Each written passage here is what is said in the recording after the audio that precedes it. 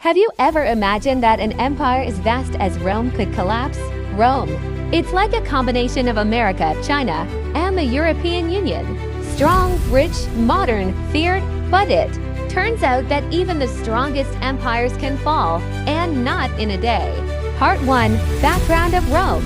Rome existed in the 8th century BC, but it became a global empire when Augustus ascended to the throne in BC. They had the most disciplined army, super neat roads, sophisticated laws, and even a clean water system.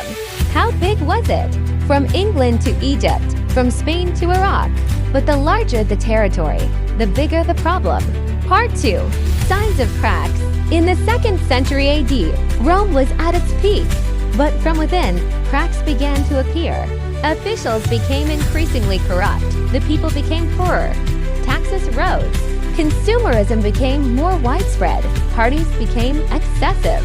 And the elite were busy living extravagantly. The gap between rich and poor widened. Emperors were also often replaced through assassination. Part 3. The crisis of the 3rd century. In the 3rd century, Rome entered a period of madness. 50 years. More than 20 emperors were assassinated by their own soldiers. Power became a struggle. On the borders, enemies began to attack. But internally, Rome was busy with civil war. Part 4. The reforms of Diocletian and Constantine. Emperor Diocletian tried to sort things out. Rome was divided into East and West to make it easier to govern. Constantine built a new capital, Constantinople, now Istanbul. But the problem remained. The West became poorer, the East became stronger. And like a long-distance couple, their communication was very poor. Before continuing, please follow, like, and share with your friends. Subscribe on YouTube too, so you have something to talk about while you're hanging out. Let's continue. Part 5. Barbarian invasions and non-stop war. Barbarian tribes like the Visigoths, Huns, and Vandals continued to invade. In 410 AD, Rome was looted for the first time in 800 years.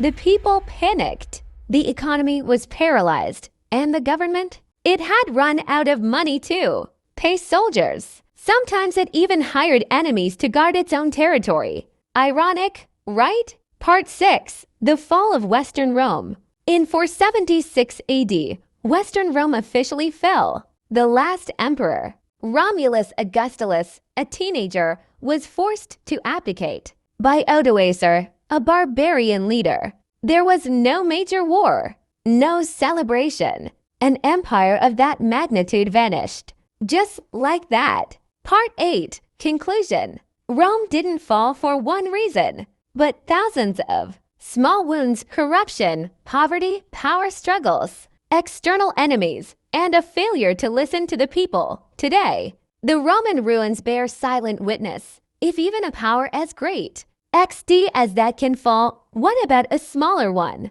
Learn from history before we repeat the same mistakes.